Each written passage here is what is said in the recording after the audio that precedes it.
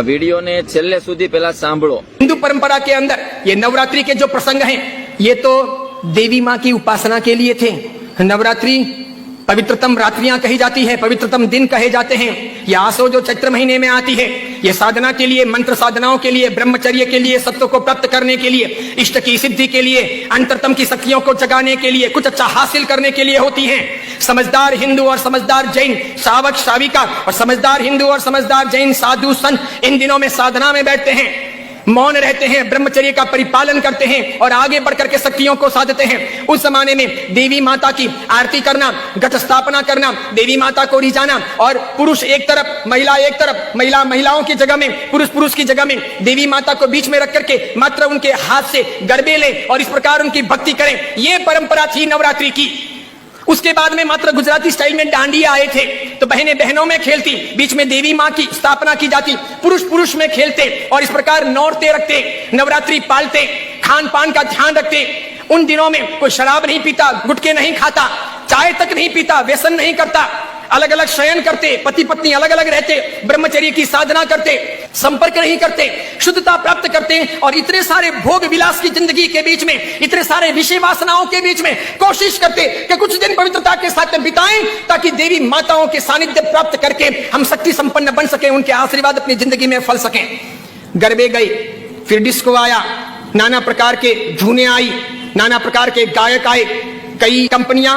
कई संस्थाएं इसमें कूदी, कई सारे लोगों ने धन कमाना शुरू किया, छोटे बड़े ये डांडियों के अलग अलग कार्यक्रम होने लगे, सब लोग ललचाने लगे। देवी माँ एक तरफ रह गई, देवी की साधना एक तरफ रह गई, नवरात्रि की पवित्रता एक तरफ रह गई, घट स्थापना एक तरफ रह गई, गरबे लेने का भाव एक तरफ रह गया, आरती और देवी माँ को रिझाना, मातृ शक्तियों को प्रेरित करना, ये सब एक तरफ रह गया। आज डांडिये खेलने वालों में से किसको पता है कि साधना क्या है,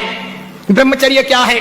ये क्यों है नवरात्रि, इसका हेतु क्या था, इसका रीजन क्या था, ये क्यों खेलनी चाहिए या नहीं खेलनी चाहिए, तो क्यों नहीं खेलनी चाहिए।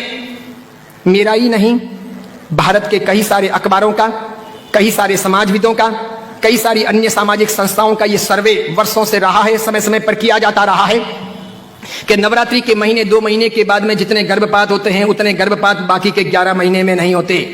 तो ये व्यभिचार नहीं है तो क्या है, ये दुराचार नहीं है तो क्या है, ये जीवन की भ्रष्टता नहीं है तो क्या है। इस बात पर मैं कुछ वर्षों पहले बोला था, अभी किसी ने वो वीडियो वायरल कर दिया और उस वीडियो को लेकर के अखबार में लिखा। मैंने कहा जो सच है वो सच है कि हम अपनी साधनाओं को बचाएं, बेच ना दें। हिंदू धर्म की परंपरा हो कि जैन धर्म की परंपरा हो, कोई भी उत्सव महोत्सव हो, मैंने समय समय पर यह भी कहा था गणपति अगर हिंदू धर्म के देवता हैं और गणपति के महोत्सव अगर मनाए जाते हैं या उनका आराधन अगर किया जाता है तो उसमें कहीं जुआ नहीं खेलना चाहिए, शराब नहीं पीनी चाहिए, गणपति के नाम पर तमाशे नहीं करने चाहिए, लड़कियों के साथ में नाच गान नहीं होने चाहिए, गणपति लड़कियों को छेड़ने के लिए महोत्सव के तौर पर नहीं आ रहे, लड़कियां अपनी जगह पर हो, पुरुष अपनी जगह पर हो, वहां शराब नहीं पी जानी चाहिए, उनके पैसों का प्रपंच नहीं होना चाहिए, गणपति को सेलेबल नहीं बनाया जाना चाहिए। हिंदू धर्म अगर इन चीजों को नहीं संभालता है तो धीरे धीरे भारतीय संस्कृति का विनाश होगा। सिखों ने अपनी धर्म परंपराओं को संभाला है, मुसलमानों ने अपनी धर्म परंपराओं को संभाला है, ईसाइयों ने अपनी धर्म परंपराओं को संभाला है। उनके जो ओकेशन होते हैं वो दूसरों को इंटरफियर करने नहीं देते,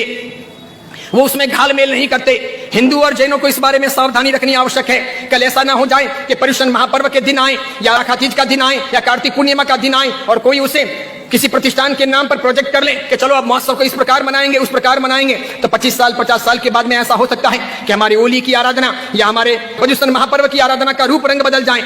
जैसे मैंने नहीं कहा था कि मात्र संगीतकारों को बुला करके हम 9 दिन की भक्ति रख लें, सुबह भी भक्ति, रात को भी भक्ति, ठीक है, और इस प्रकार पर्युषण आगे बढ़ जाए और अच्छी खासी संख्या के अंदर वे आधुनिक संगीतकार आधुनिक धुनों पर बहुत गाएं और नौजवान लड़के लड़कियों को मजा आ जाए, सब वहीं पर जाएं। तो 10 साल 15 साल तक अगर ऐसा चले तो आज एक ने किया, कल दूसरा करेगा, परसों तीसरा करेगा, अब चौथा करेगा, धीरे धीरे साधुओं के व्याख्यान में कोई नहीं जाए।